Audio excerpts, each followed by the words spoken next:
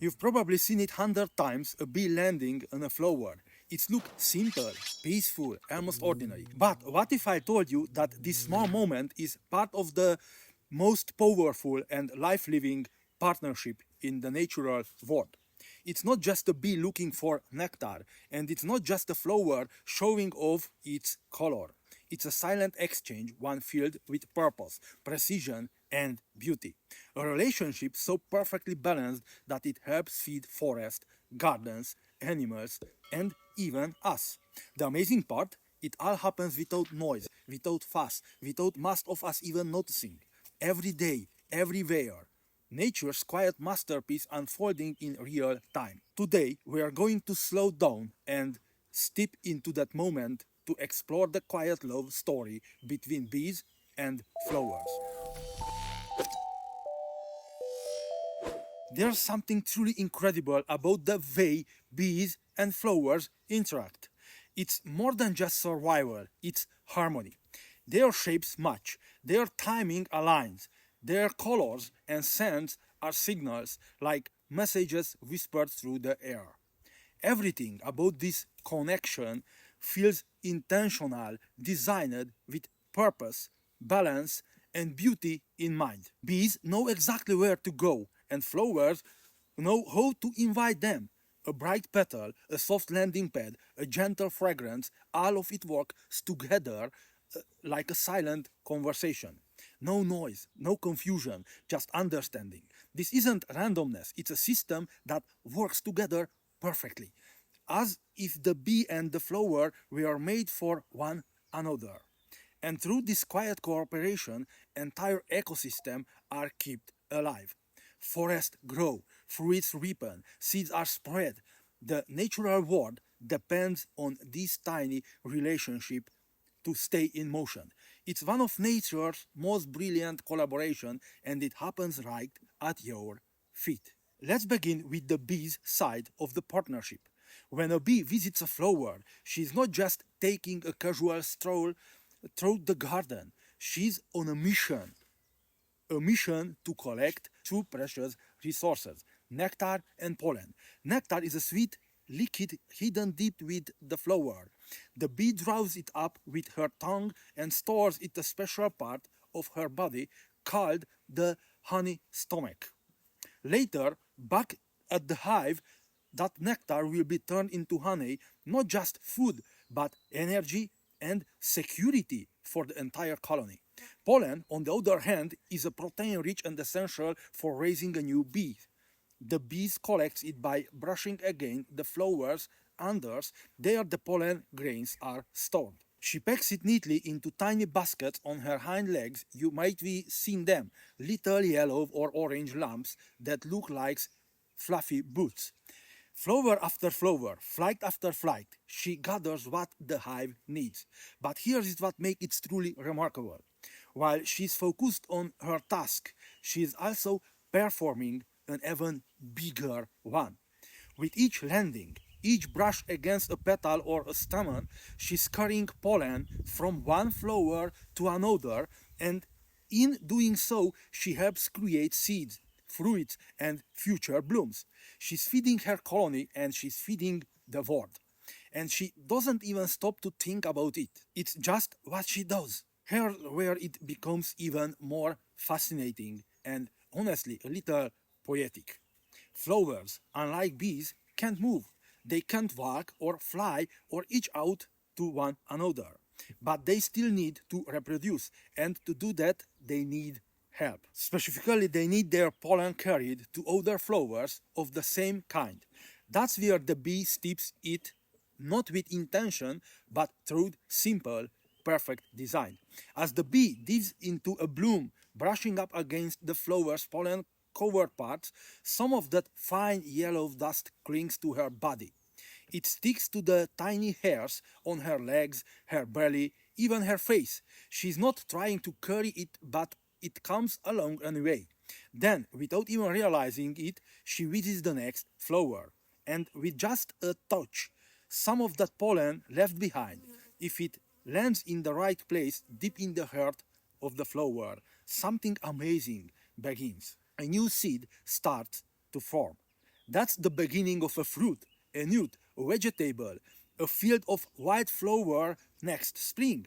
All because a bee happened to stop by. The bee gets her meal, the flower gets a future, and the world gets a little more life. It's a perfect trade, simple, elegant, and essential. This quiet exchange, a bee landing on a flower, collecting nectar, and brushing pollen, may seem small, but it supports something far bigger and than most people realize. Over 75% of the world's flowering plants rely on these pollinators like bees. That includes the plants we enjoy for their beauty, the ones that feed wildlife, and the ones that put food on your plates.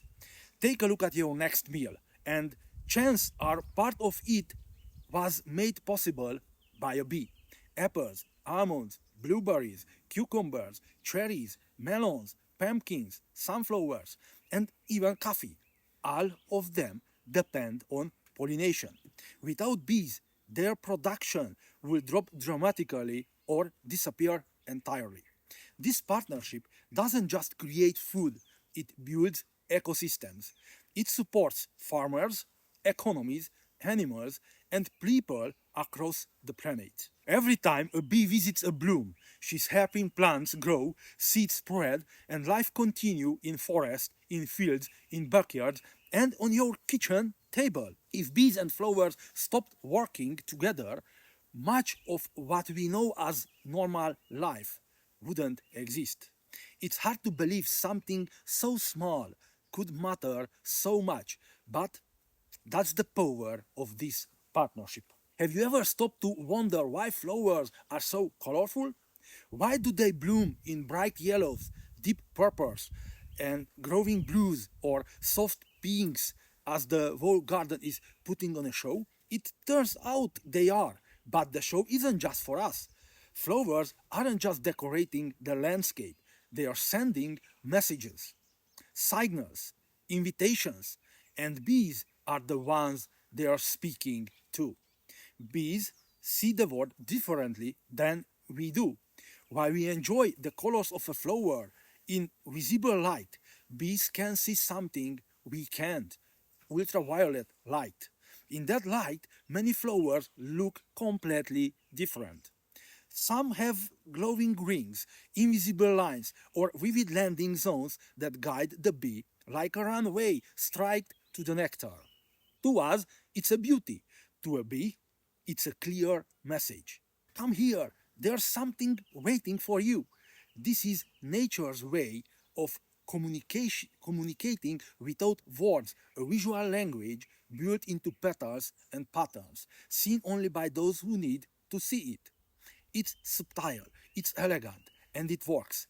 The next time you admire flower color, remember, you are only seeing part of the story. The rest is written in a language of light, created for the bees. This relationship between bees and flowers is quiet, natural, powerful. It's asked for nothing. It happens without noise, without effort, without needing your permission. And yet, it touches almost every part of life around us. But like many beautiful things in nature, it's also fragile. When we spray chemicals on our crops or in our gardens, the bees suffer.